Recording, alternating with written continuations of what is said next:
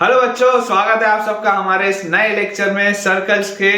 और बेटा आपको याद होगा कि सर्कल्स में मैं आपको एक बहुत इंपॉर्टेंट कंसेप्ट समझा रहा था, जिसमें कि टेंजेंट का जो लेंथ होता है वो √S1 मैंने आपको बताया था। उसके साथ साथ मैंने आपको बताया था कि जब हम दो टेंजेंट्स को किसी एक्सटर्नल पॉइंट से डालते हैं और जो क्वाड्रिलेटरल बनता है उसमें कौन कौन से एंगल इक्वल होते हैं, क्या क्या प्रॉपर्टीज होती हैं, ये बेटा कुछ चीजों पर अपनी बात हुई थी। आज का लेक्चर अगेन बहुत इंटरेस्टिंग, बहुत एक्साइटिंग होने वाला है। और मैं तो बहुत ज्यादा एक्साइटेड हूं क्योंकि आज बेसिकली हम बेटा पूरा नींव एक सेट करेंगे ताकि आपको आगे का सर्कल्स, पैराबोला, एलिप्स, हाइपरबोला सब कुछ अच्छे से समझ में आए। आज ही के लेक्चर में मैं टेंजेंट का इक्वेशन डिराइव करूंगा आपके लिए, क्योंकि ये आज का बेटा ऐसा लेक्चर है जिसके बाद से जनरली बच्चों के लिए कठिनाइयां चालू होती है। तो आज का लेक्चर बहुत इंपॉर्टेंट है, बहुत अच्छे से सुनिए और नोट्स अपना बेटा जरूर बनाइए। तो आज का लेक्चर अपना स्टार्ट करने के पहले आप में से बेटा जितने भी बच्चों ने अभी तक हमारा टेलीग्राम का चैनल ज्वाइन नहीं किया है, आपसे ये मेरा एक हम्बल रिक्वेस्ट है कि आप हमारे टेलीग्राम चैनल से जुड़िए, जिसको बेटा ज्वाइन करने का जो लिंक है वो आपको नीचे डिस्क्रिप्शन बॉक्स में मिल जाएगा। उसे ज्वाइन करने से बच्चों आपको दो फायदे होंगे। जो पहला एडवांटेज है वो ये है कि यार यहाँ पर बेटा, क्योंकि मैं इस चैनल में प्रयास करता हूं कि मैं एटलीस्ट 3 वीडियोस रोज पोस्ट करूं, जिसमें एक यूट्यूब शॉर्ट होगा, एक क्लास 11th का वीडियो होगा, एक क्लास 12th का वीडियो होगा। मोर और लेस मैं बेटा प्रयास करता हूं कि मैं इतना आपके लिए रोज पोस्ट करूं। तो उसकी वजह से होता यह है कि कई बार बच्चों का कोई ना कोई लेक्चर बेटा छूट जाता है या स्किप हो जाता है। उस चीज से बचने के लिए आपका टेलीग्राम का चैनल है, जिसमें मैंने ये बेटा अपनी एक हैबिट बनाई हुई है कि जब भी मैं यूट्यूब में कोई वीडियो पोस्ट करता हूं, इमीडिएटली उसका एक क्रिएटिव मैं टेलीग्राम चैनल पर भी शेयर करता हूं, ताकि आप बच्चों को हमेशा इस बात की जानकारी रहे कि कौन से दिन कितने बजे किस टॉपिक पे कौन सा बेटा मैंने लेक्चर पोस्ट किया। तो ये तो हो गया फर्स्ट फायदा। सेकेंड बेनिफिट अपने पास क्या आ जाता है? सेकेंड बेनिफिट बच्चों अपने पास ये आता है कि यार यहां पर इस क्लास में मैं आपको बहुत सारे सवालों की प्रैक्टिस करा रहा हूं। मैं अक्सर ये बात क्लेम भी करता हूं कि शायद ही आपको हिंदुस्तान में कोई भी ऐसा कोचिंग इंस्टीट्यूट मिलेगा जहां पर क्लास नोट्स में, आई रिपीट, जहां पर क्लास नोट्स में इस लेवल के क्वेश्चंस मिलेंगे और इतने सारे क्वेश्चंस मिलेंगे। जनरली नहीं मिलते, कम क्वेश्चंस होते हैं। जनरली टीचर्स क्लास नोट्स में 3-4 सवाल करा दिए किसी टॉपिक के और आगे बढ़ गए, ये करते हैं। लेकिन इसके बाद भी बेटा यहाँ पर आपको कई सारे सवाल करने के बाद भी मैं आपको बता दूं कि यार इतने से भी काम नहीं चलेगा। हमें अगर मेंस और एडवांस का पेपर क्रैक करना है तो बहुत ज्यादा क्वेश्चंस की प्रैक्टिस की जरूरत है। और वो एक्स्ट्रा क्वेश्चंस कहाँ मिलेंगे? कहाँ? आपके टेलीग्राम चैनल पे। तो जल्दी से उसे ज्वाइन करिए और अपने प्रिपरेशन को नेक्स्ट लेवल पर लेके जाइए। अब बच्चों, अगर आपने डिस्क्रिप्शन बॉक्स हमारा चेक किया ही है टेलीग्राम चैनल के लिए, तो आपको वहां पर एक यूट्यूब चैनल का भी लिंक दिख रहा होगा। अब भला ये YouTube चैनल कौन सा है? तो बच्चों ये मेरा पर्सनल YouTube चैनल है, क्योंकि मेरा ऐसा मानना है कि जब भी हम किसी एग्जाम की तैयारी कर रहे होते हैं तो बहुत स्वाभाविक सी बात है कि हमें कई बार डीमोटिवेशन लगता है या हमें खुद पर से भरोसा उड़ जाता है। हमें ये लगता है कि यार हम बना पाएंगे भी या नहीं, पेपर हम कर पाएंगे भी या नहीं, हम इस काबिल हैं भी या नहीं। आप में से कई सारे ऐसे बच्चे होंगे जो रोज अपने आप से यही सवाल पूछते होंगे। तो मैं आपको बता दूं कि आप बिल्कुल काबिल हैं, आप कर सकते हैं और आप आराम से तसल्ली से बस तैयारी पर अपने ध्यान दीजिए। तो इस तरीके का मोटिवेशनल कंटेंट, पॉजिटिव कंटेंट बच्चों आपको मिलेगा उस YouTube चैनल पे। तो चाहें तो आप विजिट एक बार उसे करके देख लीजिए, और अगर आपको लगता हो कि आपको उस चैनल से फायदा होगा, आप पूरी एनर्जी से अपने प्रिपरेशन कर पाएंगे, तो जल्दी से एक बार उस चैनल को विजिट करें। फायदा लगता हो तो उसे भी सब्सक्राइब करें। तो चलिए बच्चों, अपन अपना आज का लेक्चर स्टार्ट करते हैं। मैं आपको लास्ट लेक्चर में कुछ चीजें आपके लिए बेटा मैंने डिराइव करी थी। देखिए अपने पास जो बेटा प्रोफाइल लास्ट लेक्चर में थी वो क्या थी कि अगर हमारे पास एक सर्कल है और इस सर्कल पर किसी एक्सटर्नल पॉइंट से बेटा अपन ने मान लो टेंजेंट ड्रॉ किया, ठीक है, इस सर्कल पर किसी एक्सटर्नल पॉइंट से हमने टेंजेंट ड्रॉ किया इस तरीके से, और ये टेंजेंट हमने बोल दिया कि यार ये टेंजेंट ए और बी पर इसको मीट करता है, और ये मेरे पास सर्कल का सेंटर, और ये अपने पास है इस तरीके की प्रोफाइल थी, ठीक है, ये सेंटर सी था और ये पी था, ये अपने पास दिया हुआ था। और इसमें बच्चों आपको दिखाई दे रहा था कि पी से सी तक की जो डिस्टेंस होगा, इसको अगर आप ज्वाइन करेंगे तो ये और ये बराबर होता है, क्योंकि रेडियस ऑफ द सर्कल है, ये वाला साइड और ये वाला साइड भी इक्वल होता है। ये चीज मैंने आपको बताई दी थी। उसके अलावा बच्चों मैंने आपको बता दिया था कि यार ये वाला एंगल 90 डिग्री आपके पास आ जाता है, ये बात भी आपको पता है। मैं बेटा अब आज के लेक्चर में आपको बताने वाला हूं कि सबसे पहले तो एरिया ऑफ द ट्राइंगल क्या होता है। एरिया ऑफ द ट्राइंगल देखो, मैंने आपको बेटा यहां पर बताया था कि अगर मैं इसको एंगल आर बोलूं, इसको अगर बच्चों मैं थीटा बोलूं तो ये एंगल भी थीटा होता है। इसको अगर अपन फाई बोले तो ये वाला एंगल भी फाई होता है। और ये आपके पास होता है लेंथ ऑफ टेंजेंट। और बच्चों लेंथ ऑफ टेंजेंट आपके पास कितना आया था निकल के? लेंथ ऑफ टेंजेंट आपके पास आया था √S1। लेंथ ऑफ टेंजेंट बच्चों आपके पास निकल के आया था √S1। यहां पर बेटा अपन ने ये कॉर्ड भी निकाला था, ठीक है ना। मैंने आपको ये भी बताया था कि ये वाला जो कॉर्ड होता है और ये वाला जो कॉर्ड का पार्ट होता है ये सेम होता है, क्योंकि ये इसको बाइसेक्ट कर रहा होता है, ये एंगल भी 90 डिग्री बन रहा होता है। तो मैंने आपको बताया था कि आप इसको बोल सकते हैं this is length of the tangent into cos theta, this is length of the tangent into sin theta. तो ये 2l sin थीटा आपके पास आ जाएगा। और वैसे ही यहां पर बच्चों अगर आप देखेंगे ध्यान से तो आपको देखो क्या चीज दिखाई दे रही है कि अगर मैं आपको बोलता हूं एरिया ऑफ ट्राइंगल PAB क्या होगा, what is area of triangle PAB। अगर मान लो मुझे ये चीज निकालनी कि what is area of triangle PAB, तो यार ये जो ट्राइंगल PAB हमारे पास बन रहा है इसका एरिया आपको क्या बोलता है? एरिया होता है half into base into height. ये तो हमेशा ही होता है area, half into base into height. अब जरा बच्चों आप सोच के मुझे बताओ कि बेस इसमें क्या है? बेस आपके पास यही है क्या? ये जो पूरा का पूरा बेटा अपने पास कॉर्ड आ रहा है ये आपके पास बेस है। तो आप इसको क्या बोल सकते हैं? This is L cos theta, this is L sin theta. तो L sin थीटा मतलब LT इंटू sin थीटा, ये अपने पास आएगा बेस। और उसके आगे लिखा हुआ है हाफ। और हाइट, ये हाइट जो इसकी आएगी वो कितना आएगा? Half into base. और बेस आपके पास क्या था? ये L cos थीटा था, ये L sin थीटा था। तो बेसिकली ये जो पूरा का पूरा बेस होगा that will B 2l sin theta. तो 2LT sin theta length of tangent के लिए। और हाइट अपने पास बच्चों यहां से आ जाएगी दिस इज LT, तो this is LT cos theta, this is LT cos theta, ये अपने पास आएगा। तो यार यहां से देखो ये 2 से ये 2 तो गया। उसके बाद अपने पास लेंथ ऑफ टेंजेंट कितना होता है? √S1। तो लेंथ ऑफ टेंजेंट का square will be S1 into sin theta into cos theta into sin theta into cos theta, ये अपने पास लिखा है। तो this will B S1 into sin theta, बोलो कितना आ जाएगा? तो अगर बेटा आप ये बड़ा वाला ट्राइंगल ऑब्जर्व करेंगे तो इस बड़े वाले ट्राइंगल में आपको देखो दिखाई देता है कि इन ट्राइंगल ACP में बेटा अगर मैं पाइथागोरस थ्योरम लगाऊं तो मुझे यहां पर दिखाई देता है कि ये जो CP है, CP का square is equal to length of tangent का स्क्वायर, लेंथ ऑफ टेंजेंट का स्क्वायर मतलब S1 प्लस रेडियस का स्क्वायर, ये अपने पास होता है। तो यार यहां से देखिए sin थीटा आप क्या बोल सकते हैं? sin theta is perpendicular upon hypotenuse.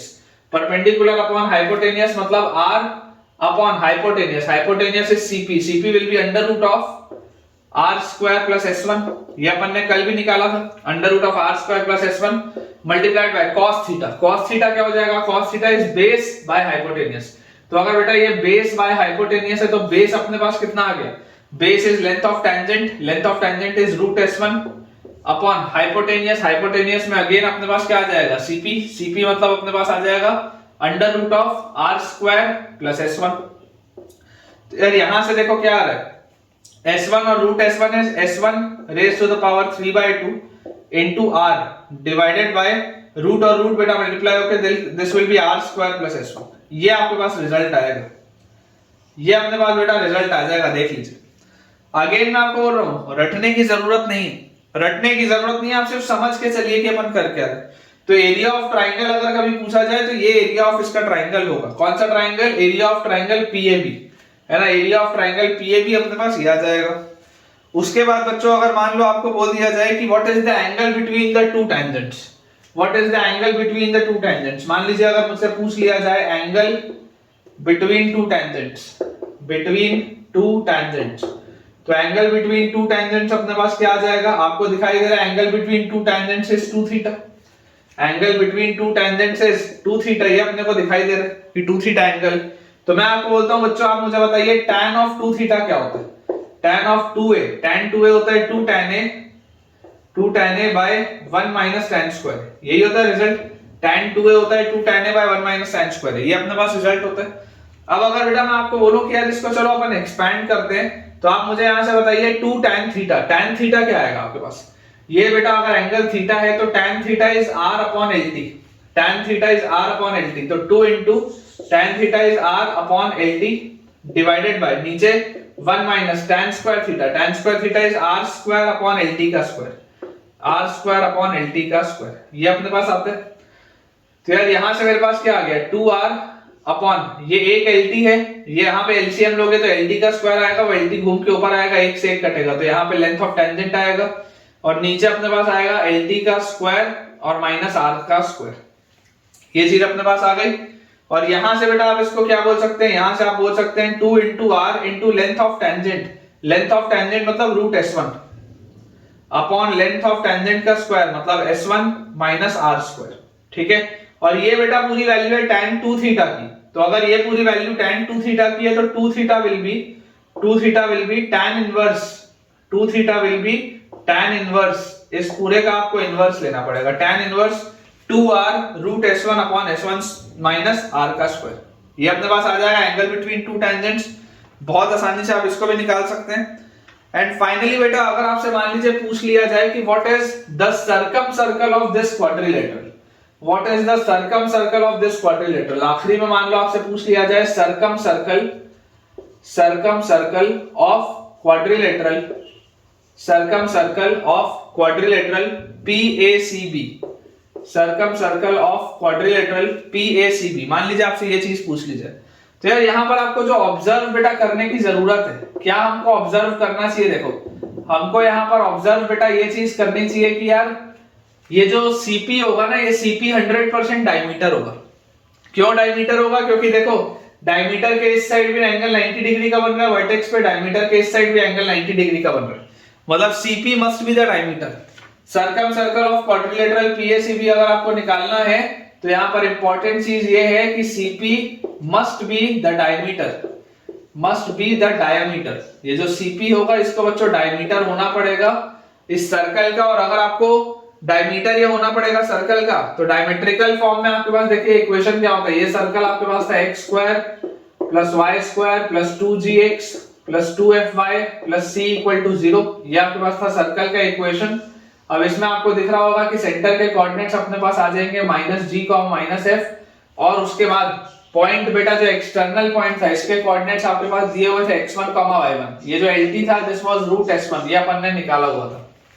तो यार यहां से मेरे पास बच्चों देखो क्या आ जाएगा, equation of the circumcircle will be x minus x1 मतलब x plus g into x minus x2 मतलब x minus x1 plus y minus y1 मतलब कि y plus f into y minus y2 मतलब y minus y1 is equal to 0, ये अपने पास आएगा बेटा equation of circumcircle. Equation of circumcircle आपको पता ही है कि डायमेट्रिकल फॉर्म में सर्कल का इक्वेशन कैसे लिखते हैं, तो इस तरीके से लिखते हैं। तो ये बच्चों ये तीन चीजें थी जो निकालना आपके लिए बचा हुआ था। लेंथ ऑफ टेंजेंट मैंने आपके लिए कल ही निकाल दिया था, बाकी भी जो सारी की सारी बच्चों जो प्रोफाइल्स थी मैंने आपको कल बता दी थी। ये वाली तीन चीजें अपने को निकालना बचा था, क्या क्या था देखो, कल अपन ने लेंथ ऑफ कॉर्ड भी निकाल लिया था, ठीक है ना। अपने पास देखो बचा हुआ था एरिया ऑफ ट्रायंगल PAB, ये मैंने आपको एरिया ऑफ ट्रायंगल PAB निकाल के दिखा दिया। फिर बचा हुआ था angle between the two tangents, वो हमने निकाल लिया। और फिर बेटा बचा हुआ था सर्कम सर्कल ऑफ क्वाड्रिलेटरल, तो सर्कम सर्कल का अपन ने इक्वेशन भी लिख लिया। सो आई होप बच्चों आपको ये वाला पोर्शन अच्छे से क्लियर हो गया होगा, ये वाला कल के ही कंटिन्यूएशन में था। तो अब बेटा अपन कुछ सवालों की प्रैक्टिस स्टार्ट करते हैं। देखिए बच्चों सवाल अपने पास लिखा हुआ है, find the value of C, find the value of C, find the value of C for which the line find the value of C for which the line y equal to 2x plus C, for which the line y equal to 2x plus C be a tangent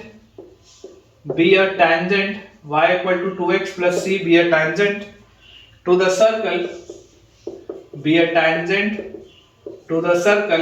x square plus y square equal to 5, be a tangent to the circle x square plus y square equal to 5। ये अपने पास बेटा सवाल है, आसान सा बहुत question है। देखिए क्या लिखा हुआ है, find the value of C, आपको C की वैल्यू बतानी है, for which this line is a tangent to the circle. अब आपके पास देखिए ये सर्कल बच्चों दिया हुआ है, आपको चाहिए कि यार ये वाली लाइन इस पे टेंजेंट हो जाए y equal to 2x plus C। Circle जो मेरे पास दिया है क्लियरली, सर्कल का सेंटर इज 0, 0 और जो रेडियस आएगा बेटा सर्कल का that will be under root of 5। Radius जो इसका आएगा that will be under root of 5। तो इसको बच्चों सॉल्व करने का बहुत सिंपल सा तरीका क्या है कि आप इस लाइन पर जैसे 2x minus y plus c equal to 0, आप इस स्ट्रेट लाइन पर ओरिजिन से क्या करिए, परपेंडिकुलर ड्रॉप कर लीजिए और डिस्टेंस निकाल लीजिए कितना है, और उसको आप इक्वेट कर दीजिए। अगर वो रूट 5 के बराबर होगा तो ऑटोमेटिकली टेंजेंट हो जाएगा। तो distance of 0,0 from this line is 2 into 0 minus 0 plus c divided by under root of 2 का स्क्वायर इज 4 प्लस 1 का स्क्वायर इज 1। ठीक है, ये अपने पास आता है। इसका मॉड्यूलस, बेसिकली इसका मॉड्यूलस होता है डिस्टेंस, तो इसका मॉड्यूलस इज इक्वल टू अपने पास बच्चों क्या आ जाएगा, this will be equal to root 5। ये रेडियस के बराबर होना चाहिए। तो यार यहां से मेरे पास आता है 2 खत्म, ये खत्म, तो c मॉड c की वैल्यू अपने पास आ जाती है, ये रूट 5 है, रूट 5 इधर जाएगा तो मॉड c इज 5, तो c comes out to be plus minus 5। एकदम आसान सा सिंपल सा बेटा ये क्वेश्चन था। c की वैल्यू अपने पास आ जाएगी प्लस 5 एंड माइनस 5। चलिए नेक्स्ट क्वेश्चन देखते हैं। नेक्स्ट बच्चों अपने पास इसमें लिखा हुआ है if lx plus my plus 1, if lx plus my equal to 1, if lx plus my equal to 1 touches the circle, if lx plus my equal to 1 touches the circle x square plus y square equal to a square, touches the circle x square plus y square equal to a square, prove that the point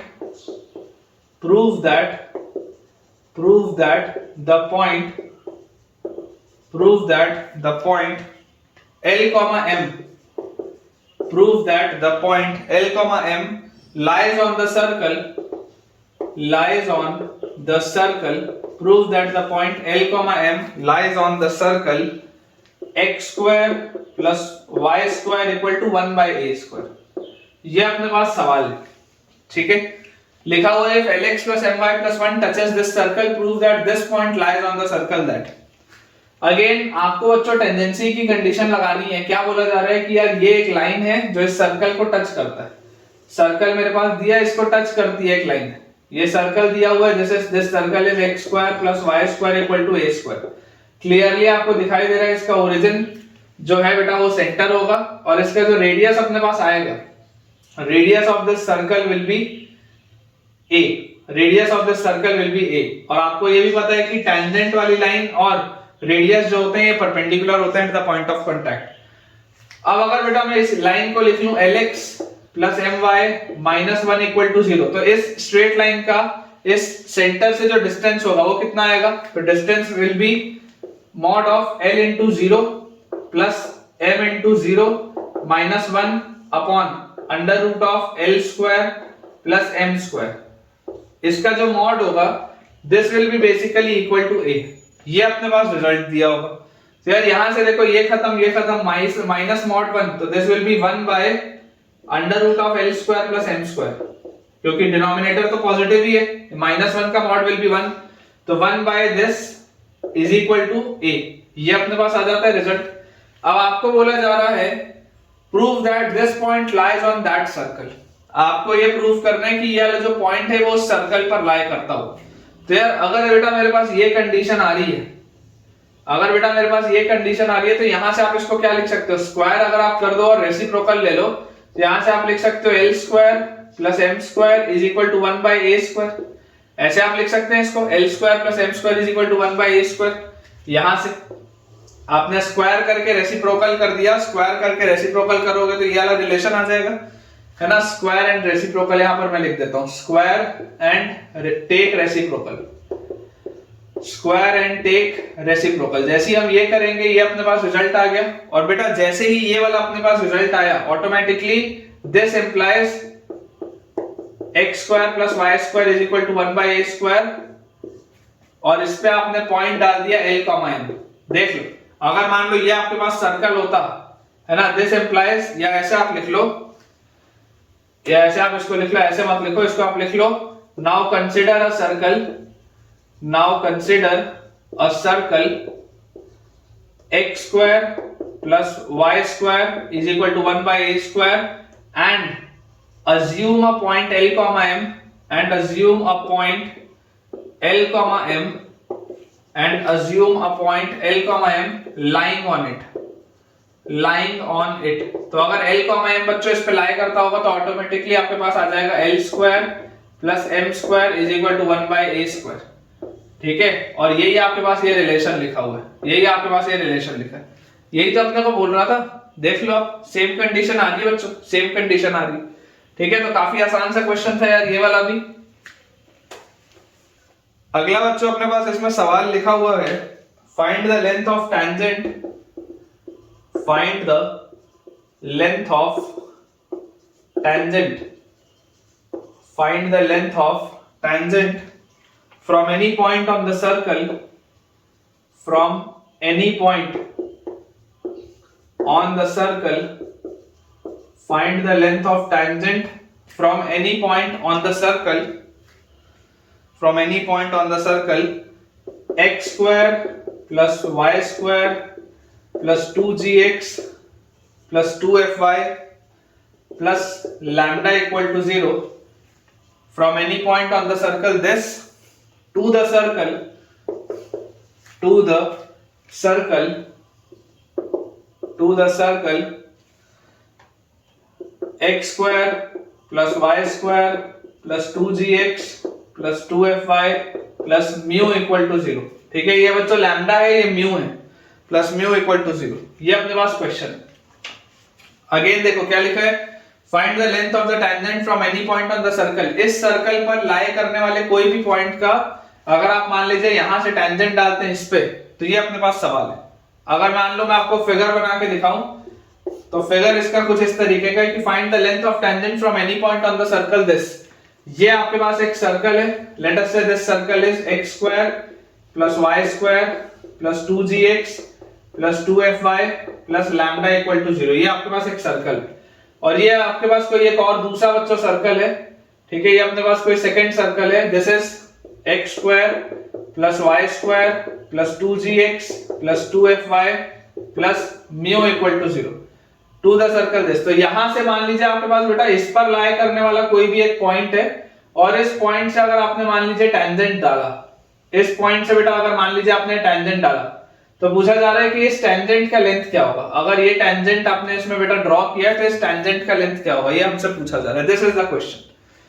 फिर मैं आपको ये बोलता हूं कि आप इस पर लाई करने वाला कोई भी पॉइंट जो होगा उसको आप ले लो x1 y1, मान सकते हो x1 y1। तो क्लियरली आप बोल सकते हो यहां से कि x1 y1 इसको सेटिस्फाई करेगा, तो x1 square plus y1 square plus 2gx1 plus 2fy1 plus lambda equal to 0। ये रिलेशन अपने पास होना चाहिए, यहां से x1 y1 इसको सेटिस्फाई करेगा।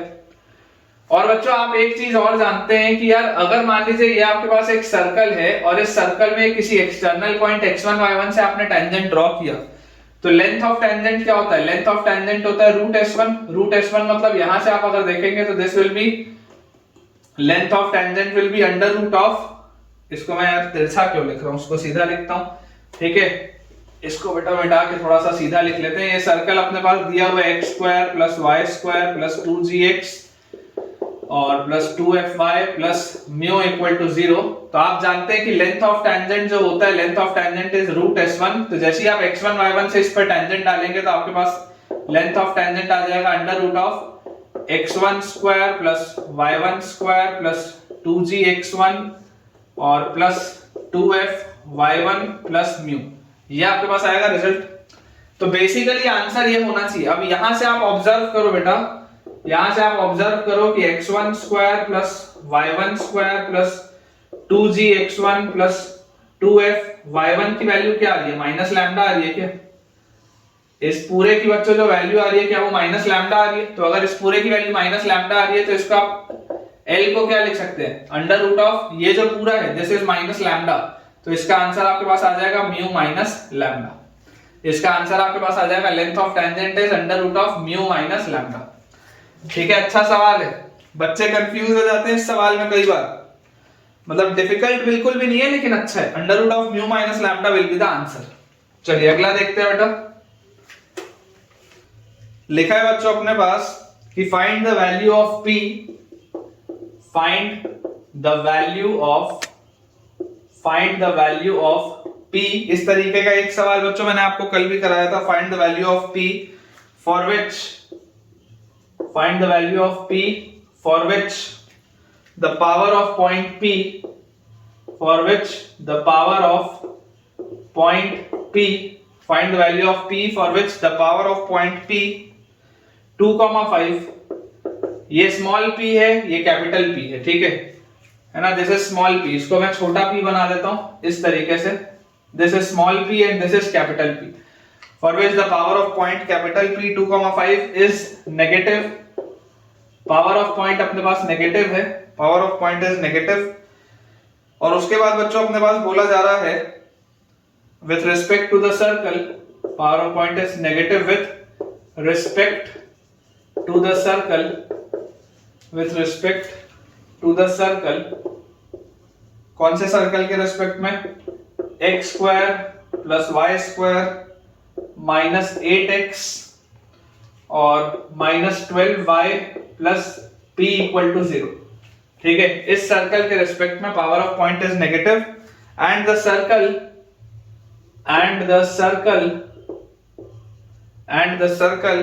neither touches nor intersects, and the circle neither touches nor intersects, and the circle neither touches nor intersects the coordinate axis, nor intersects the coordinate axis।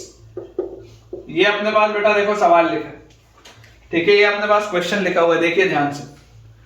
Approach बच्चा समझने की आप कोशिश करिएगा, इसमें क्या लिखा है अप्रोच में, अगर आप देखेंगे लिखा हुआ अपने पास find the value of p for which power of point is negative with respect to the circle. Power of point क्या होता था, सबसे पहले तो आप सर्कल का इक्वेशन लिखो, सर्कल का equation x square plus y square minus 8x minus 12y plus small p is equal to 0, यही है सर्कल का इक्वेशन। अगर बच्चों ये आपके पास सर्कल का इक्वेशन है तो आपको ये बात की जानकारी होनी चाहिए कि इस सर्कल में अगर आपको बोला जा रहा है power of point p is negative, power of point p is negative मतलब ये पॉइंट p जो होगा ये सर्कल के अंदर होगा, s1 की वैल्यू लेस देन 0 होगी। Power of point p is negative, ये इसका मतलब क्या होता है s1 की वैल्यू लेस देन 0 होगी। तो 2,5 इस पे डालो, तो 2 का स्क्वायर प्लस 5 का स्क्वायर और माइनस 8 इंटू 2 माइनस 12 इंटू 5 और plus p is less than 0, ये अपने पास आ रहा है इज लेस देन 0। तो 2 का स्क्वायर 4, 5 का स्क्वायर 25, 8 इंटू 2 इज 16 और 12 into 5 is 60 plus p is less than 0। 4 25 29, 29 में से 16 गया 13, 13 में से 60 गया बचा माइनस 47, उधर जाएगा तो p लेस देन 47 आएगा यार, यहां से तो क्या आ गया p लेस देन 47, ठीक है। अब जैसे p की बेटा वैल्यू आपके पास आ गई 47 से छोटी, इसका मतलब क्या होगा, इसका मतलब बेटा ये अपने पास आ जाएगा, अगला देखो क्या लिखा हुआ है, अगला लिखा हुआ है the circle neither touches nor intersects the coordinate axis. आपका जो सर्कल है वो ना ही टच कर रहा है ना ही इंटरसेक्ट कर रहा है कोऑर्डिनेट एक्सिस को। तो यार याद करो जो रूल होता था कि g स्क्वायर की वैल्यू c से छोटी और f स्क्वायर की वैल्यू c से छोटी होनी चाहिए, उसी सिचुएशन में circle neither touches nor intersects the coordinate axis. g square भी c से छोटा हो, f स्क्वायर भी c से छोटा हो, तो ये अपने पास केस होगा। अब यहां से आप बच्चों ऑब्जर्व करो g की वैल्यू क्या होगी, g की वैल्यू 2gx लिखते हैं, 2gx लिखते हैं तो g -4 होगा, 2fy लिखते हैं, 2fy लिखते हैं तो f -6 होगा, ये अपने पास आना चाहिए। और c की वैल्यू क्या है, c की वैल्यू आपके पास p के बराबर है, c is equal to p। तो ऑल्सो आप बोल सकते हैं यहाँ पे देखो, यहाँ पे आपने लिख लिया कि p is less than 47, p is less than 47, ये आ गया यहां से। और अगला अपने को क्या दिख रहा है, g square less than c, also g square मतलब 16 इज लेस देन c मतलब p, तो p की वैल्यू 16 से बड़ी होनी चाहिए। और f square is less than c, f square मतलब 36 इज लेस देन c मतलब p, तो p की वैल्यू 36 से बड़ी होनी चाहिए। तो यहां से आपके पास देखो बेटा 3 कंडीशंस आ रही हैं। अगर आप नंबर लाइन बनाओगे, क्रिटिकल पॉइंट लिखोगे, तो यहाँ पे लिखोगे 16, यहाँ पर लिखोगे 36, यहाँ पर लिखोगे 47, 16, 36 और 47। एक आपको बोलता है 47 से छोटा लो, 47 से छोटा लो, ये बोलता है आपको 47 से छोटा लेने के लिए, ठीक है, लेस देन 47। ये आपको बोलता है कि p को आप 16 से बढ़ा लीजिए, p को आप 16 से बढ़ा लीजिए, ये बोलता है p को सर आप 36 से बढ़ा लीजिए। वो कौन सा हिस्सा है जिसमें ये तीनों खुश हैं, ये तीनों खुश सिर्फ इतने हिस्से में बिटवीन 36 एंड 47, क्योंकि देखो तीनों का ही आपके पास इंटरसेक्शन आ रहा है। तो final answer comes out to be p belongs to open bracket 36 से लेकर 47 तक। Final answer is p belongs to open bracket 36 से लेकर बच्चों 47 तक, ये अपने पास आंसर आ जाएगा। ठीक है, बिल्कुल सही।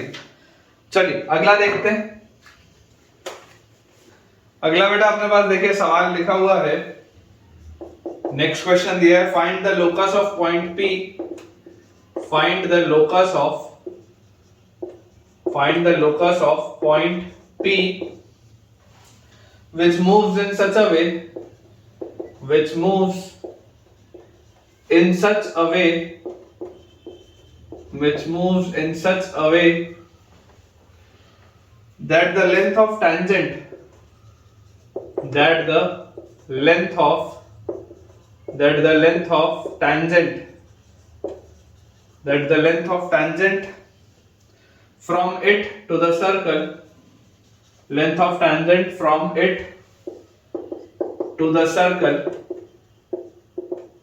that the length of tangent from it to the circle, x square plus y square plus 4x minus 5y plus 6 equal to 0 is double the length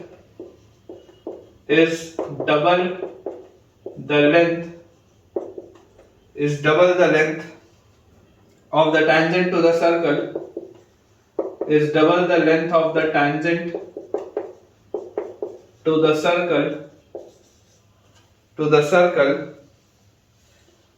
x square plus y square equal to 4। ये अपने पास बच्चों सवाल है। देखो मैं एक बार दोबारा आपके लिए रीड कर देता हूं। अपने पास बेटा इसमें लिखा हुआ है, find the locus of point P which moves in such a way that the length of the tangent from it to the circle this।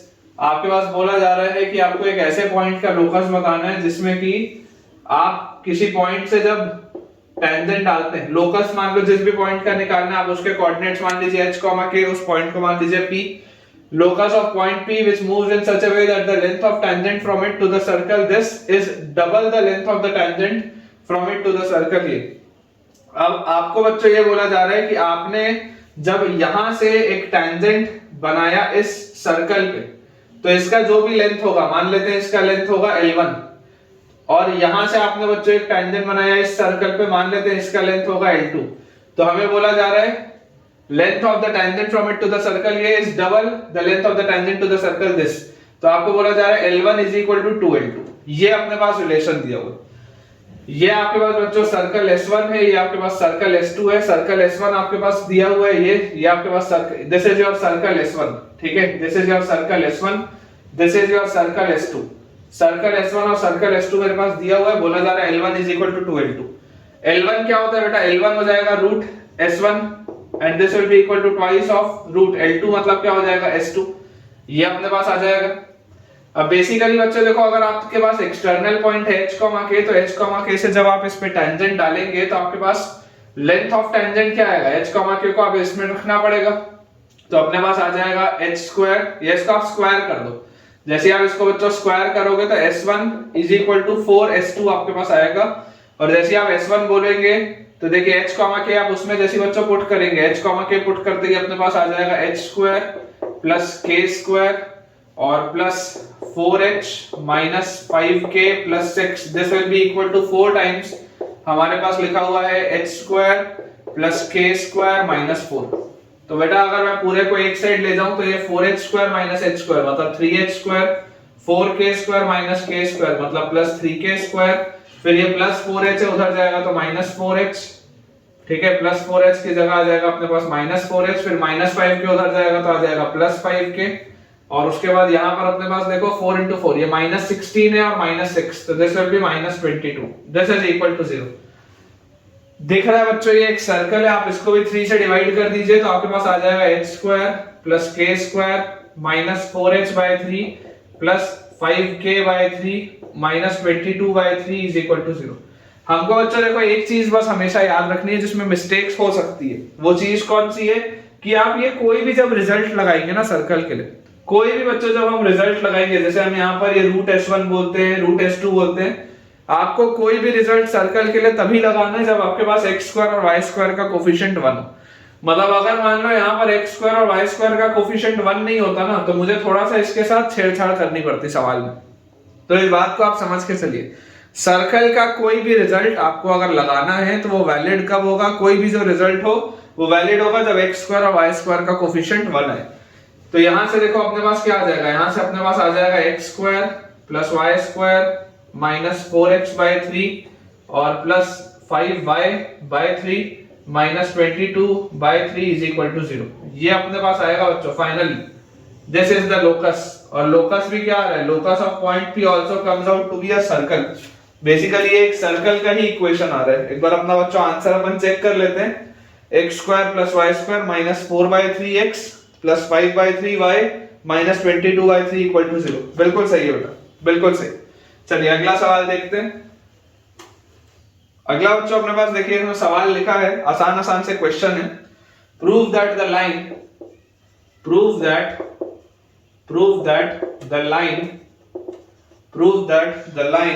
y equal to x plus under root 2 into c, y is equal to x plus under root of 2 into c touches the circle.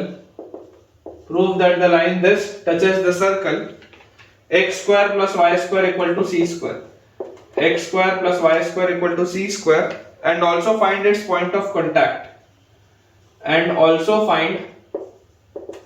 find its point of contact। ये अपने पास बच्चों सवाल है। ये आखिरी अपन एक सवाल बनाते हैं, इसके बाद फिर अपन बेटा इक्वेशन ऑफ टेंजेंट को डिराइव करेंगे, जो मेन टॉपिक है आज के लेक्चर का। हमारे पास बोला जा रहा है prove that this line touches this circle. अब अगर आप बेटा बोलते हैं कि एक लाइन सर्कल को टच करनी चाहिए, तो आप सोचिए, अपने माइंड में सोचिए कंडीशन क्या होती है। कंडीशन होती है कि यार ये अगर सर्कल है और एक टेंजेंट लाइन इसको टच करते हुए जा रही है। टेंजेंट लाइन मतलब वो लाइन जो इसको, जैसे ये आपके पास बेटा अगर एक सर्कल है तो इस सर्कल को टच करती हुई जो लाइन जाएगी, इस सर्कल को टच करती हुई बच्चों जो लाइन जाएगी, तो ये जो सर्कल का सेंटर होगा, सर्कल के सेंटर से बेटा अगर आप टेंजेंट का डिस्टेंस निकालेंगे तो वो रेडियस के बराबर होना चाहिए। ये अपने पास कंसेप्ट होता है कि सर्कल के सेंटर से इस लाइन की जो दूरी होगी it should be equal to radius. अगर ऐसा हो रहा है तो ये लाइन इस पर टेंजेंट होगी।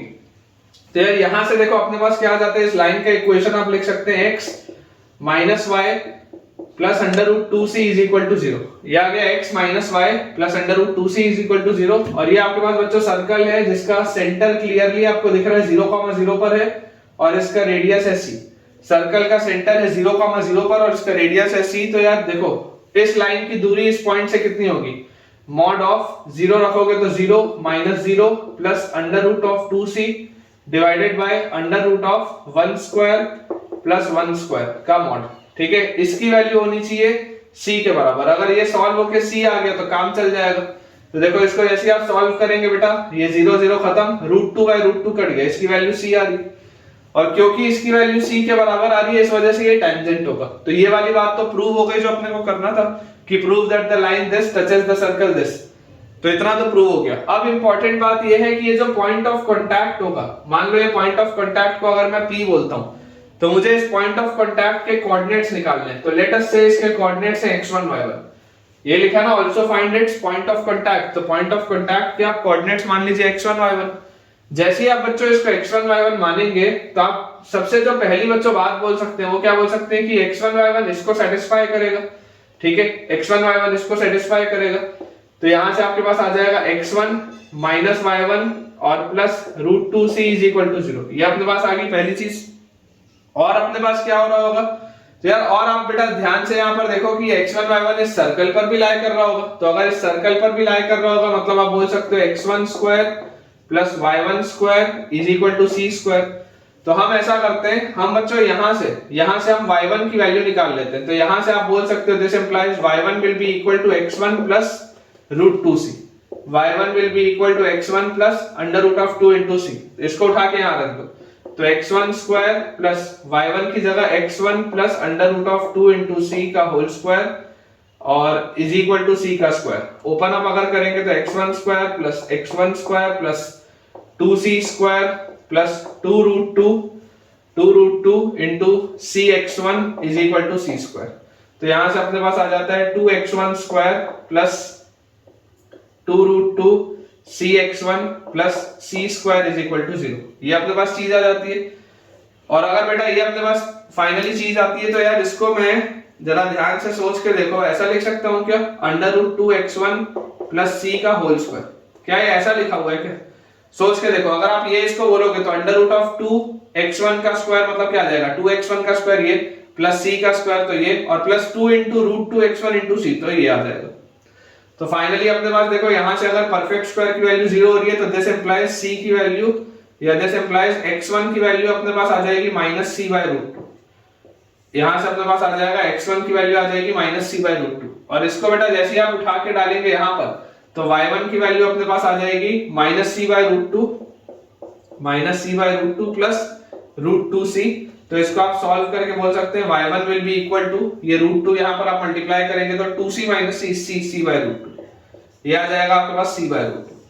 तो मतलब बेटा जो पॉइंट ऑफ कांटेक्ट आपके पास आएगा, इस पॉइंट ऑफ कांटेक्ट के जो कोऑर्डिनेट्स आएंगे दैट विल बी -c/√2,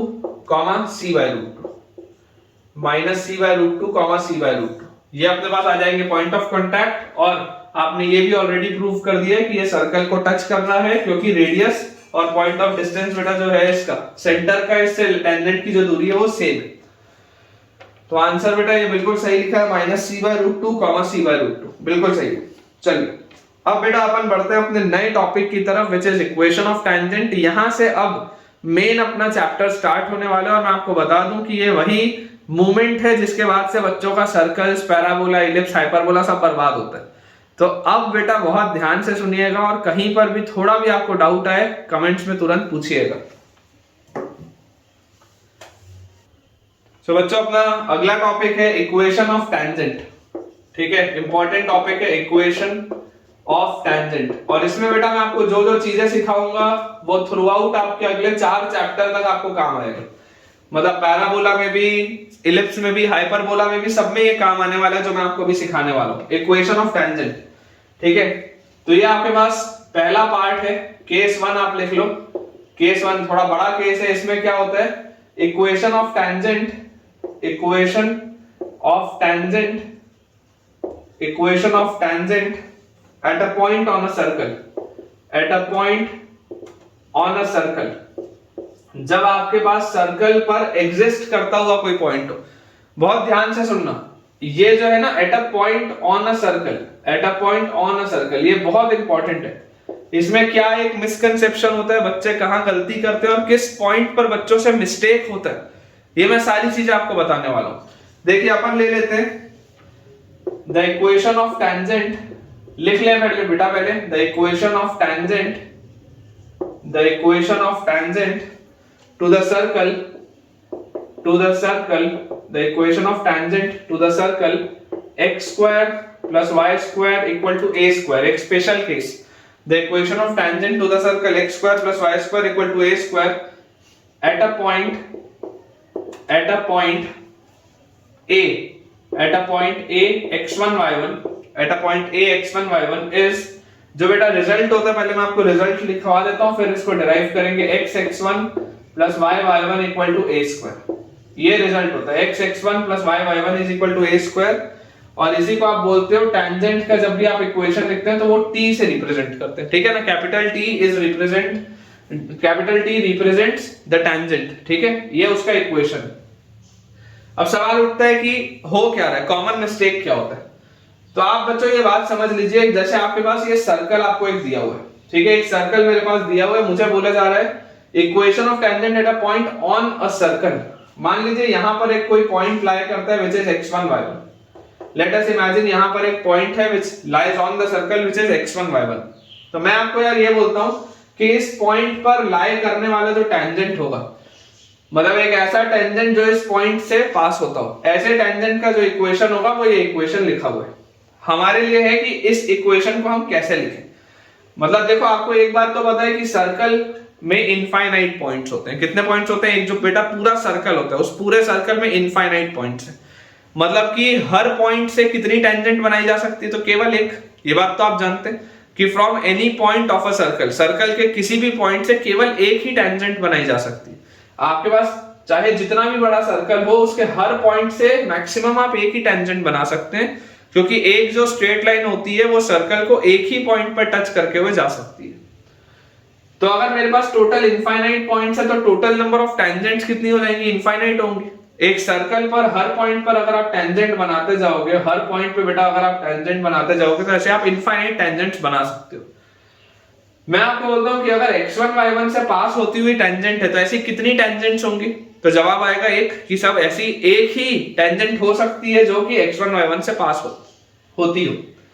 मेरा उद्देश्य है कि इस x1 y1 से पास होती हुई टेंजेंट का इक्वेशन क्या होगा मुझे ये बताना है, ठीक है। अगर बेटा अपने को ये वाली चीज बतानी है तो अपन जो ऑब्जर्व करने वाली चीजें, जो चीजें हमें पता होती है वो क्या है कि late us say this is the centre of the circle. तो अगर ये सर्कल का सेंटर होगा तो आपके पास देखो सर्कल का इक्वेशन क्या था, x square plus y square equal to a square. तो आप सबसे पहले तो ये बोल सकते हैं कि इसका सेंटर के कोऑर्डिनेट्स होंगे 0,0। सबसे पहली बात तो ये। अब मुझे यहां से बेटा देखो क्या चीज पता है कि अगर मैं इस टेंजेंट के इक्वेशन को अज्यूम कर लूं y equal to mx plus c, let एकदम जनरल मैंने एक लाइन बोल दी y equal to mx plus c, मान लेते हैं ये इसका टेंजेंट है।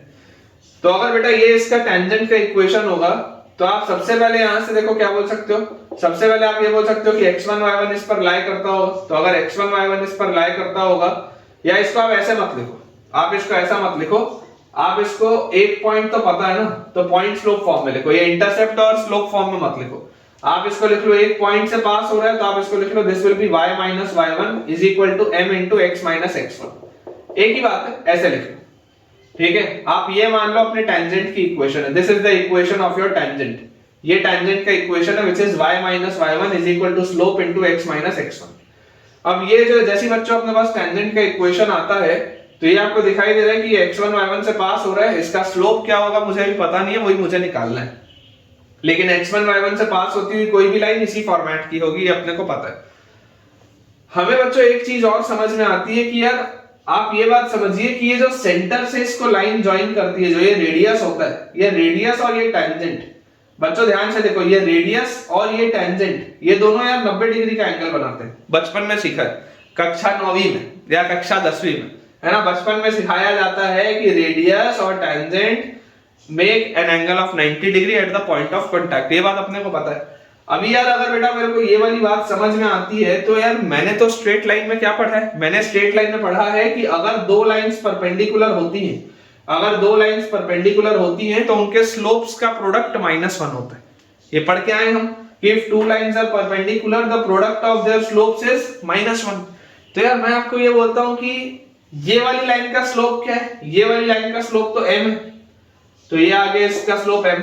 ये वाली लाइन का स्लोप क्या है, ये वाली लाइन का अगर आप बच्चों स्लोप देखोगे तो इसका स्लोप आपके पास आ जाएगा y1 माइनस 0, है ना, 2 पॉइंट फॉर्म में y1 minus 0 upon x1 minus 0, ये इसका आ जाएगा slope y1 minus 0 upon x1 minus 0। और ये जो दोनों के स्लोप्स का प्रोडक्ट होगा दिस विल बी -1। तो यार यहां से मेरे पास m की वैल्यू कितनी आ गई, ये y1 बाय x1 है, उधर जाएगा तो -x1 बाय y1, यही आएगा, यही अपने पास आएगा। इसको उठा के यहां रख दो, जैसे आप बेटा इसको उठा के यहां पर रखोगे देखो इमीडिएटली आपके पास टेंजेंट का इक्वेशन क्या हो गया, y minus y1 is equal to slope, slope की जगह -x1 bye y1 into x minus x1।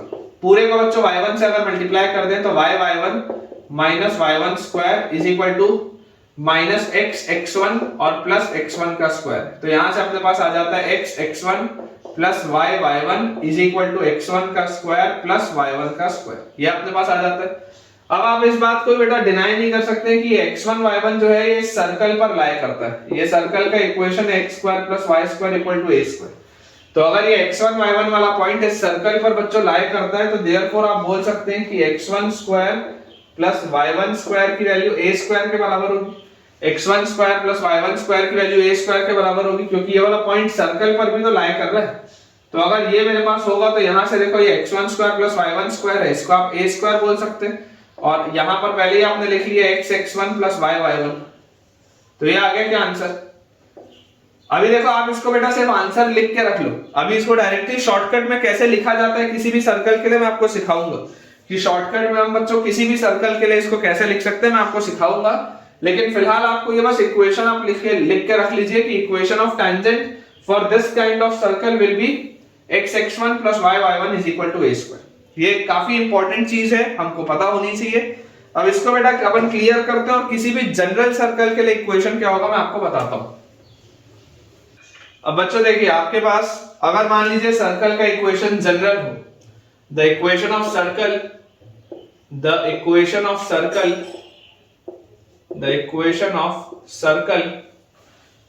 इन जनरल फॉर्म, अगर मान लीजिए आपके पास जनरल फॉर्म में हो the equation of circle in general form, मतलब कि x square plus y square plus 2gx plus 2fy plus c equal to 0। The equation of circle in general form, which is x square plus y square plus 2gx plus 2fy plus c equal to 0 at a point p x1 y1 at a point p x1 y1 has the equation of tangent as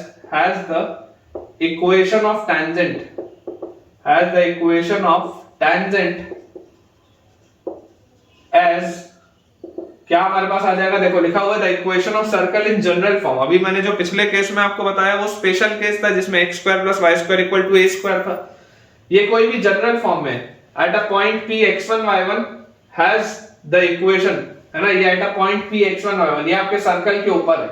eight a point p equation of circle at a point p has the equation of tangent as, अपने पास answer आएगा x x1 plus y y1 plus g x plus x1 plus f y plus y one plus c equal to 0। अभी मैं आपको सिखाऊंगा directly कैसे लिखते हैं, मैं भी आपको टेक्निक सिखाऊंगा, पहले आप इसको बस नोट कर लीजिए। अभी मैं इसको आपको आपके लिए बेटा डिराइव कर लेता हूं, ठीक है। आप में से हो सकता है कई सारे बच्चों के क्लास में इसका डेरिवेशन नहीं करवाया गया होगा। अगर आप में से भी कोई ऐसा बच्चा है जिसके इंस्टीट्यूट में जिसके टीचर ने इसका डेरिवेशन नहीं कराया, तो आप मुझे कमेंट में बता सकते हैं कि हाँ सर डायरेक्टली रिजल्ट लिखा दिया गया था, डेरिवेशन नहीं हुआ था। देखो डेरिवेशन बेटा कराने के पीछे का पर्पस क्या है, समझो इस बात को।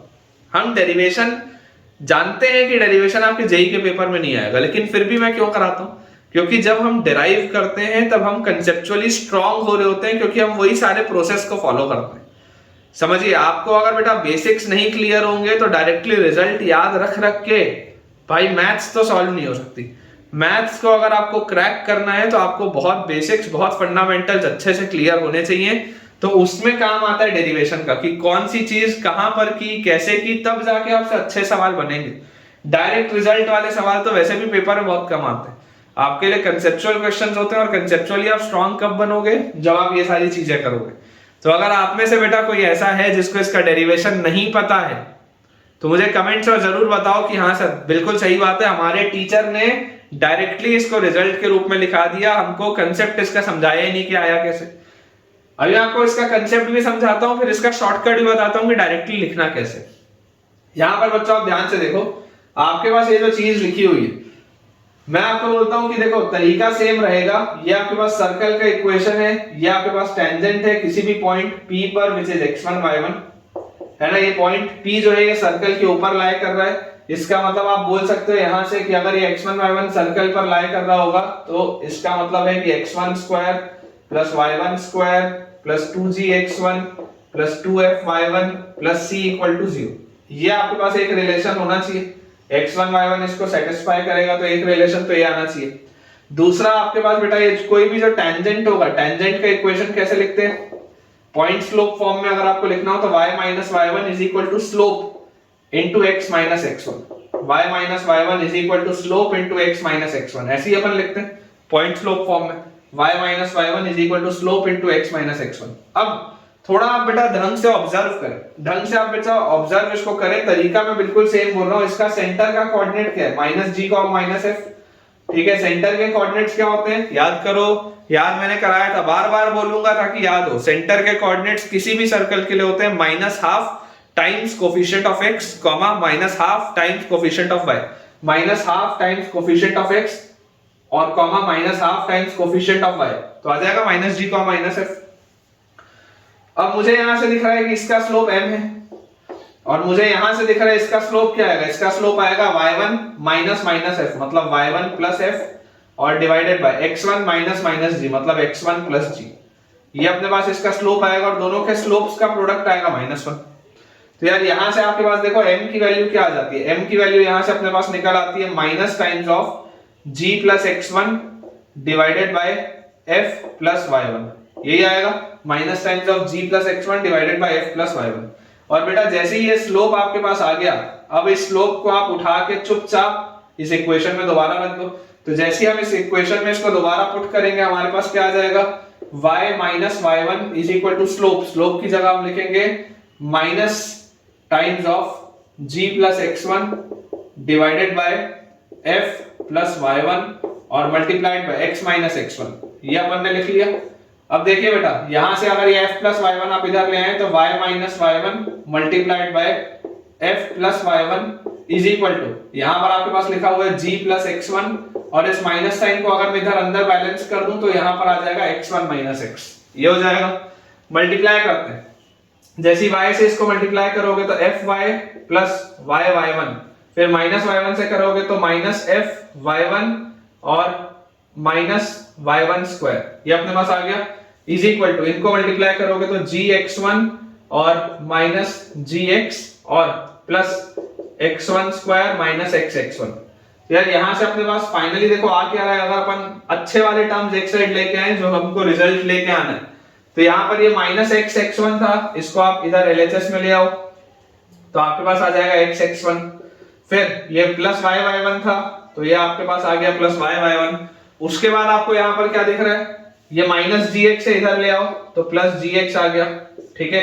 उसके बाद ये माइनस, ये प्लस fy आपके पास यहां पहले से है तो प्लस fy भी आप लिख लो। और उसके बाद उस साइड अब क्या क्या लेके जाना है, राइट साइड, तो राइट साइड में आप लेके जाओ x1 स्क्वायर पहले से लिखा है, ये माइनस y1 स्क्वायर है, उधर जाएगा तो प्लस y1 स्क्वायर, फिर ये प्लस gx1 पहले से लिखा है तो प्लस gx1 इधर ही लिखा है, और ये माइनस fy1 उधर जाएगा तो प्लस fy1। ये अपने पास बच्चों चीज लिखी है। अब आप यहां पर देखो, यहां पर बेटा अगर आप ध्यान से देखोगे, राइट साइड को देखो और यहां पर देखो, तो x1 square plus y1 square है ना, यहां से बच्चों मैं लिख रहा हूं x1 square plus y1 square plus gx1 है ना, plus gx1 plus fy1 plus fy1, इसकी वैल्यू क्या आएगी, ये माइनस c उधर जाएगा, c उधर जाएगा तो माइनस c, और यहाँ पे 2gx1 था, यहाँ पर सिर्फ gx1 है तो एक gx1 उधर जाएगा तो अपने पास आ जाएगा माइनस gx1, और यहाँ पर आपके पास fy1 था वो उधर जाएगा तो आपके पास बच्चों आ जाएगा माइनस fy1। ये अपने पास देखो चीज आ गई। बेसिकली ये माइनस gx1 इधर आता तो 2gx1 हो जाता, ये माइनस fy1 इधर आता तो 2fy1 हो जाता, माइनस c इधर आता तो प्लस c हो जाता, यही तो लिखा था। तो ये बेटा देखो जो LHS अपने पास आ रहा है वो यहाँ पर RHS में लिखा हुआ है, तो इसको क्या मैं ऐसा लिख सकता हूँ, therefore xx1 plus yy1 plus gx plus fy gx plus fy is equal to, right side में देखो क्या लिखा हुआ है, माइनस c और माइनस gx1 और उसके बाद माइनस fy1। तो अपने पास फाइनली आ क्या रहा है result, xx1 plus yy1 plus g times ये उधर आ जाएगा तो x plus x1 plus f times ये y के साथ y प्लस y1 और plus c is equal to 0। ये आ गया है रिलेशन, देख लो यही वो रिलेशन था जो यहां पर लिखा हुआ था, सेम रिलेशन। तो ये इसका डेरिवेशन है। अब आपने डेरिवेशन अगर किया मतलब आप कैलकुलेशन में स्ट्रांग हुए तब आपसे डेरिवेशन बना, आपको कंसेप्ट क्लियर था इसलिए आपको डेरिवेशन बना, ठीक है। ये बेटा दो चीजें अपने को पता होना बहुत जरूरी है। कोई भी डेरिवेशन हम इसलिए करते हैं ताकि हम एक तो कैलकुलेशन में स्ट्रांग हो जाएं और कंसेप्चुअली स्ट्रांग रहें, ताकि अगर कभी कोई उटपटांग से भी क्वेश्चन आए तो हम बना पाए, पर्पस ये। अब देखो ये बेटा मैंने आपके लिए दोनों इक्वेशन डिराइव कर दिया है, दोनों इक्वेशन हमको याद भी होना चाहिए। अब इसमें एक कॉमन गलती क्या होती है मैं आपको ये बताता हूं, और उसके बाद इसका लिखने का डायरेक्टली शॉर्टकट क्या है मैं आपको ये भी समझाता हूं। देखो बेटा जो कॉमन मिस्टेक है, सबसे पहले मैं आपको बता देता हूं कि कॉमन मिस्टेक बच्चे क्या करते हैं जिसमें कंफ्यूजन उनको होता है। कॉमन मिस्टेक ये होता है बेटा कि अभी आपने जो रिलेशन लिखा है, अभी आपने रिलेशन लिखा है जब x1 y1 सर्कल के ऊपर है, बच्चे गलती ये करते हैं कि आपके पास बेटा देखो अगर ये सर्कल हो और ये अगर कोई पॉइंट हो x1 y1 तो इससे बनने वाली टेंजेंट का इक्वेशन नहीं है वो, इससे बनने वाली tangent is not x1 plus y1 is equal to a square, ये गलत है। इससे बनने वाली tangent is not x1 plus y1 plus gx plus x1 plus fy plus y1 plus c equal to 0, ये गलत है, this is wrong. x1 y1 आपका सर्कल के ऊपर होना चाहिए। ये एक कॉमन मिस्टेक है। आप अगर ये वाला इक्वेशन लिख रहे हैं, अगर आप बच्चों ये वाला इक्वेशन लिख रहे हैं, तो ये वाला इक्वेशन के लिए, ये दोनों इक्वेशन के लिए x1 y1 must lie on the circle. हमसे गलती में फ्लो में ये मिस्टेक हो जाता है, इस चीज को ध्यान रखना है, ठीक है। जब x1 y1 बाहर होता है तो कैसे सॉल्व करते हैं मैं आपको सिखाऊंगा। अगर आज के लेक्चर में मौका नहीं मिला तो आने वाले अगले लेक्चर में 100% सिखाऊंगा। लेकिन हमको ये बात याद रखनी कि इसमें x1 y1 बच्चों सर्कल के ऊपर होता है, सर्कल के बाहर नहीं होता, ठीक है ना। हम फ्लो में लिख जाते हैं ये चीज, इसी की वजह से कंफ्यूजन्स क्रिएट होना स्टार्ट होते हैं। आपको बिल्कुल कंफ्यूज नहीं होना, आपको सिर्फ ये बात याद रखनी है कि अगर x1 y1 बाहर है तो इक्वेशन अलग तरीके से लिखेंगे। अगर मुझे ये वाला इक्वेशन लिखना है तो उसके लिए x1 y1 को सर्कल के ऊपर होना पड़ेगा। ये बहुत बेटा जरूरी बात है, ठीक है। तो ये एक मोस्ट इंपॉर्टेंट पॉइंट है और ये बहुत एक कॉमन मिस्टेक है जो अक्सर बच्चों से होती है। तो एक तो बेटा ये चीज हो गई। अब अगर मान लो मुझे पूरी चीज को शॉर्टकट में करना हो सॉल्व, तो डायरेक्टली देखो शॉर्टकट में किस तरीके से आप कर सकते हैं, कोई भी इक्वेशन को कैसे आप सॉल्व कर सकते हैं मैं आपको सिखाता हूं। जैसे आप इमेजिन करिए हमारे पास बेटा कभी भी अगर कोई भी for any 2 degree curve, for any 2 degree curve, for any 2 degree curve, कोई भी बच्चों अगर मान लो मेरे पास 2 डिग्री का कर्व आएगा, है ना। Equation of tangent at x1 y1 on the curve, बहुत इंपॉर्टेंट है ये, मैं ऑन द कर्व बोल रहा हूं। Equation of tangent at x1 y1 on the curve can be obtained by replacing या by following, ठीक है। क्या चीज से हम कर सकते हैं मैं आपको बताता हूं। by following, आपको x स्क्वायर जहां भी दिखेगा, x स्क्वायर को आपको रिप्लेस करना है x x1 से। x square has to be replaced with x x1, क्योंकि आप समझिए इस बात को, टेंजेंट क्या है। Tangent is a straight line. Straight line क्या होती है? स्ट्रेट लाइन होती है एक लीनियर इक्वेशन। ये अगर आपके पास क्वाड्रेटिक का दिख रहा था फॉर्म, इसका डिग्री 2 था, तो आपको इसको कन्वर्ट करना पड़ेगा लीनियर में, ठीक है ना। लीनियर, क्योंकि स्ट्रेट लाइन एक लीनियर इक्वेशन होता है। इक्वेशन ऑफ टेंजेंट अगर आप लिख रहे हैं तो टेंजेंट मतलब एक स्ट्रेट लाइन है, स्ट्रेट लाइन है मतलब लीनियर इक्वेशन होगा। तो अगर लीनियर इक्वेशन होगा मतलब 2 डिग्री वाले जो टर्म होंगे उसको हटाना पड़ेगा। तो कैसे हटाएंगे? x स्क्वायर को हम रिप्लेस करेंगे x x1 से। x1 तो कोई कांस्टेंट वैल्यू होगी तो आगे कन्वर्ट हो गया।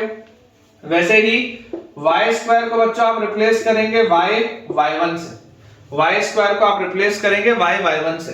वैसे ही बच्चों जहां पर भी 2x आएगा, 2x को आप रिप्लेस करेंगे x प्लस x1 से, 2y को आप रिप्लेस करेंगे y प्लस y1 से, और xy अगर कभी गलती से आ गया तो xy को या 2xy को आप रिप्लेस करेंगे xy1 प्लस yx1 से। ये बेटा तरीका होता है, आप इसको नोट कर लीजिए। इसका इस्तेमाल कैसे करना है मैं आपको समझाता हूं। जैसे आप इमेजिन करिए हमारे पास इक्वेशन लिखा हुआ था x square plus y square equal to a square. तो इस इक्वेशन में मैंने देखो डायरेक्टली क्या किया, x स्क्वायर को रिप्लेस किया x x1 से, y स्क्वायर को रिप्लेस किया y y1 से। ये कांस्टेंट टर्म है, इसको एज इट इज रहने दिया। ये मिल गया आंसर, मुझे डायरेक्ट आंसर मिल गया। सिमिलरली अगर मान लो इक्वेशन होता है x square plus y square plus 2gx plus 2fy plus c equal to 0, तो x स्क्वायर को रिप्लेस करता है x x1 से, y स्क्वायर को रिप्लेस करता है y y1 से, फिर 2x को g कांस्टेंट रखते हुए 2x को रिप्लेस करता है x प्लस x1 से। उसके बाद 2y को f कांस्टेंट रखते हुए 2y को मैं रिप्लेस करता y प्लस y1 से, और उसके बाद प्लस c इक्वल टू 0। अब आप ये बात ऑलरेडी जानते हैं कि सर्कल में xy वाला टर्म नहीं होता, लेकिन ये सेम प्रोसेस, ये सेम चीज पैराबोला में तो आएगी, इलिप्स में तो आएगी, हाइपरबोला में तो आएगी, तो उनमें आएगा। सर्कल के लिए तो आपको पता होता है कि जनरल जो बेटा 2 डिग्री कर्व होता है उसमें h की वैल्यू 0 होती है, कोफिशिएंट ऑफ xy 0 होता है, तभी सर्कल बनता है। तो इसलिए इसमें xy वाला कोई टर्म नहीं है, इसलिए इस चीज का यूज नहीं आ रहा है। लेकिन आगे के जो चैप्टर्स होंगे which is parabola, ellipse and hyperbola, उसमें इसका इस्तेमाल होगा, ठीक है। तो देखो डायरेक्टली इक्वेशन आ गया x x1 plus y y1 plus gx plus x1 plus f y plus y1 plus c equal to 0। तो डायरेक्टली बेटा किस तरीके से हम रिजल्ट लिख सकते हैं वो आपको मैंने सिखा दिया है। बस इसमें जो इंपॉर्टेंट बात है, इंपॉर्टेंट बात क्या है कि ये जो x1 y1 है वो सर्कल के ऊपर होना चाहिए, कर्व के ऊपर होना चाहिए। जब भी आपके पास कर्व के ऊपर होगा x1 y1, आप इस चीज का इस्तेमाल करते हुए डायरेक्टली अपने रिजल्ट लिख सकते हैं। मैं वापस बोल रहा हूं, यहां पर कॉमन मिस्टेक होता है आपका, ये जो पॉइंट है ये कर्व के ऊपर होना चाहिए। कर्व के अगर ऊपर आप पॉइंट लेंगे तभी आप ये वाला प्रोसेस करेंगे, अदरवाइज नहीं करेंगे। अगर मान लीजिए कोई आपके पास ऐसा पॉइंट आता है जो कर्व के ऊपर नहीं है, कहीं और है, तो उसको कैसे सॉल्व करना है मैं आपको सिखाऊंगा। अब बेटा अगला अपने पास इसमें लिखा हुआ है which is equation of tangent in slope form. Equation of tangent in slope form, कि अगर मान लो मुझे स्लोप के फॉर्म में लिखना हो। अभी आपने कैसे लिखा, अभी आपने लिखा कि जब आपके पास x1 y1 एक कोऑर्डिनेट दिया हो आपके कर्व के ऊपर, तब आपने डायरेक्टली लिख लिया। लेकिन अगर आपको स्लोप के फॉर्म में लिखना हो, y = mx + c के फॉर्म में लिखना हो, तब कैसे लिखते हैं मैं आपको बताता हूं। तो पहले बेटा आप इससे जो रेलेवेंट थ्योरी है वो लिख लीजिए कि the equation of the tangent to the circle, the equation of the tangent to the circle, the equation of the tangent to the circle x square plus y square equal to a square, the equation of the tangent to the circle x square plus y square equal to a square in terms of its slope, in terms of its slope। अगर मान लो आपको slope के form में लिखना हो, in terms of its slope m, in terms of its slope m is given by, अगर मान लीजिए मुझे स्लोप के फॉर्म में लिखना हो तो then it is given by y = mx plus minus under root of, या ऐसा लिख लो y = mx plus minus a times under root of 1 plus m square। ठीक है, ये रिजल्ट होता है। कैसे आया, कहां से आया, अभी आपको बेटा अगले 5 मिनट में पता चल जाएगा, क्योंकि मैं जैसा आपको बता रहा हूं डेरिवेशन इंपॉर्टेंट है। अगर आपको इन सब के डेरिवेशन नहीं आते हैं तो आप मुझे कमेंट्स में बताएं, और ये चीज सोचे भी कि यार आपको डेरिवेशन आखिर क्यों नहीं कराया गया। डेरिवेशन कराना बहुत जरूरी है, तभी तो फील आएगी यार चैप्टर की, अदरवाइज तो समझ में कैसे आएगा। ठीक है, एक टीचर के लिए बेटा देखो बहुत आसान होता है। प्रैक्टिकली देखो, मैं तुमको एक प्रॉब्लम बताता हूँ कि एक एस्पिरेंट को प्रैक्टिकली प्रॉब्लम होता क्या। ठीक है, 2 मिनट इसमें इन्वेस्ट अपन करते हैं। प्रैक्टिकली प्रॉब्लम ये होता है कि यार आपको पढ़ने हैं 3 सब्जेक्ट, आपके टीचर को पढ़ाना है 1 सब्जेक्ट, तो आपका टीचर तो कई सालों से वो चीज पढ़ा रहा है, इसलिए उसको सब कुछ याद है। भाई साहब आपको सब कुछ याद नहीं है, आप तो पहली बार पढ़ रहे हो, और आपको अकेले मैथ्स थोड़ा ना पढ़नी है, आपको फिजिक्स पढ़नी है, आपको केमिस्ट्री पढ़नी है, आपको स्कूल का पढ़ना है, आपको होमवर्क करना है, आपको असाइनमेंट करना है। तुम्हारे पास दुनिया भर का काम है, लेकिन तुम्हारे टीचर को सिर्फ एक काम है, क्या कि यार मैथ्स पढ़ानी है, सिर्फ इतना ही काम है। तो उसके लिए बहुत आसान है। एक टीचर के अगर आप एंगल से देखोगे तो उसके लिए बहुत आसान है कि यार ये रिजल्ट होता है, याद कर लो। भाई साहब आपके लिए इतना आसान नहीं है ये, क्योंकि आपको तो मेहनत करनी पड़ेगी ना एक एक चीज में। आपके लिए एक फॉर्मूला नहीं है, आपके लिए तीनों चैप्टर मिला के 1000 से ज्यादा फॉर्मूले, तो कैसे याद होगा, समय लगेगा। इसलिए मेरा यह मानना है कि यार डेरिवेशन करवाना चाहिए। अगर मान लीजिए कोई भी टीचर इस वीडियो को देख रहा है तो भाई रिक्वेस्ट है आपसे कि कृपया डेरिवेशन करवाएं क्लास में, ताकि बच्चों का थोड़ा भला हो, उनको समझ में आए कि कंसेप्ट्स हैं क्या, कौन सी चीजें कहां से आ रही हैं। तो जितने भी बच्चे सुन रहे हैं, अगर डेरिवेशन नहीं कराया गया है तो कमेंट में मुझे बताइएगा जरूर, ताकि बेटा मैं आपको सारे रिलेवेंट चीजों के भी डेरिवेशन करवाऊं। अब ये देखिए हमारे पास रिजल्ट लिखा गया है। ठीक है, ये रिजल्ट होता है बेटा, और इस रिजल्ट को अब देखिए, अगर मान लीजिए मुझे प्रूफ करना है तो मैं इसको कर लेता हूं। सर्कल का आपको इक्वेशन दिया हुआ है x² + y² = a², और आपको बेटा लाइन दी हुई है y = mx + c के फॉर्म की। ठीक है, लेट अस से कि हमारे पास ये सर्कल है, और इस सर्कल में ये कोई टैंजेंट है which is of the form y = mx + c। ये सर्कल है, इस पर ये टैंजेंट है which is of the form y = mx + c। Important मेरे लिए क्या है, मुझे इसमें अब कोऑर्डिनेट नहीं पता, मुझे नहीं पता कि ये x1 y1 क्या है, आई डोंट नो। मुझे सिर्फ ये बोला जा रहा है कि यार एक लाइन है which is tangent on this circle. ठीक है, और सर्कल का ये जो सेंटर होगा ये 0,0 होगा, और ये जो सर्कल का इक्वेशन होगा this will B x² + y² = a²। अब याद करिए बेटा, मैंने आपको 2 तरीके बताए थे कि कोई भी लाइन किसी सर्कल पर टेंजेंट कब होती है। There are 2 ways to prove it. पहला तरीका होता है कि या तो आप रेडियस के बराबर कर दो उसको, फर्स्ट वे। सेकंड तरीका क्या होता है, सेकंड तरीका होता है कि आप डिस्क्रिमिनेंट वाले मेथड से कर लो। आपकी इच्छा के बाद अगर आप क्वाड्रेटिक बनाएंगे, अगर आप बेटा क्वाड्रेटिक बनाएंगे तो आप याद करिए मैंने आपको सिखाया था, मैं भी आपको दोनों मेथड बताऊंगा ताकि आपके सारे कंसेप्ट्स क्लियर रहे। लेकिन अगर आप क्वाड्रेटिक बनाएंगे तो अगर आपको दिख रहा है कि ये कंडीशन ऑफ टेंजेंसी है, तो याद करो कंडीशन ऑफ टेंजेंसी में डिस्क्रिमिनेंट 0 होता है। मैंने आपको बेटा बना के दिखाया था कि अगर सर्कल होगा अगर एक स्ट्रेट लाइन को आप सर्कल के साथ सॉल्व करोगे तो आइडियली दो आपके पास सॉल्यूशन आने चाहिए, लेकिन एक ऐसा केस जिसमें सिर्फ एक सॉल्यूशन आ रहा हो तो ये वाला केस होता है टेंजेंसी का, जिसमें डिस्क्रिमिनेंट की वैल्यू 0 होती है, सिखाया है मैंने। क्योंकि इस केस में, अच्छा ये वाले केस में d ग्रेटर देन 0 होता है, ये वाले केस में d लेस देन 0 होता है, सब सिखाया हूं। ये वाले बेसिकली केस में देखो, अगर ये एक ऐसा पॉइंट आएगा जब ये दोनों पॉइंट्स करीब आ रहे होंगे, देखो ये दोनों पॉइंट यहां से ऐसे करीब आ रहे हैं, करीब आ रहे हैं, करीब आ रहे हैं और एकदम ऐसे करीब आ गए, तो ये वाला पॉइंट कौन सा आ जाएगा? टेंजेंसी का आ जाएगा। When both this points x1 and x2 coincide, ठीक है, ये बच्चों बहुत इंपॉर्टेंट चीज है। अब देखिए आपको बेटा अगर इसको प्रूव करना है, मेथड 1 आप क्या बोल सकते हैं? मेथड 1 आप बोल सकते हैं जो हमने अभी तक किया है कि आप रेडियस और इसका डिस्टेंस निकाल लो। तो आपको यहां से देखो पता है कि इसका रेडियस आएगा स्मॉल a, तो आप बोल सकते हैं कि small a will be equal to modulus of इसका 0,0 से डिस्टेंस कितना आ जाएगा? तो ये लाइन अपने पास लिखी हुई है mx minus y plus c equal to 0। ये लाइन अपने पास लिखी हुई है mx minus y plus c equal to 0। तो जैसे आप 0,0 यहां रखेंगे तो 0 minus 0 plus c divided by under root of m square plus 1 या 1 प्लस m स्क्वायर, यही आप लिखेंगे यहां से। तो यार यहां से देखो अपने पास बच्चों क्या आ जाता है, ये तो मॉड है, मॉड में अंडर रूट है, ये तो पॉजिटिव होगा, तो mod c will be equal to a times under root of 1 plus m square.